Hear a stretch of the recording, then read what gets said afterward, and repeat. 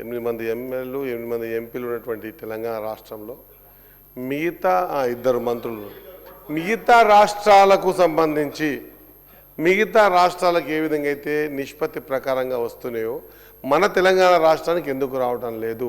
మన పక్కనే ఉన్నటువంటి నైబర్ రాష్ట్రానికి మనకంటే ఎక్కువ నిధులు పోతున్న సందర్భంలో మనం కంపేర్ చేద్దాం అధ్యక్ష.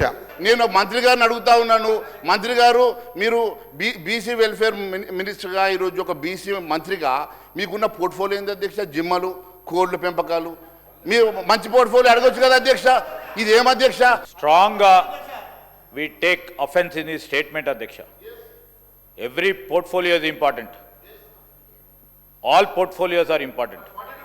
Sir, you are criticizing the people who ekes a livelihood on these portfolios, Adhyaksha. ఏ వాపస్ తీసుకోవాలి అధ్యక్ష.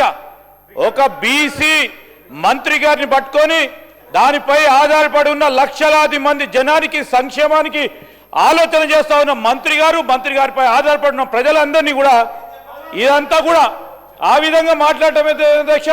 మహేశ్వర్ రెడ్డి గారు తప్పకుండా సభకు క్షమాపణ చెప్పాలి అధ్యక్ష. నేనేమంటున్నా అధ్యక్ష, 100% అధ్యక్ష. ఒక ఫిషర్మెన్ కమ్యూనిటీకి ఈ 72 ఏళ్ల స్వతంత్ర దేశంలో ఫిషర్మెన్ కమ్యూనిటీకి సంబంధించిన ఆ కులానికి సంబంధించిన వ్యక్తికి చేపల శాఖ రావడం ఇది మొదటిసారి అధ్యక్ష.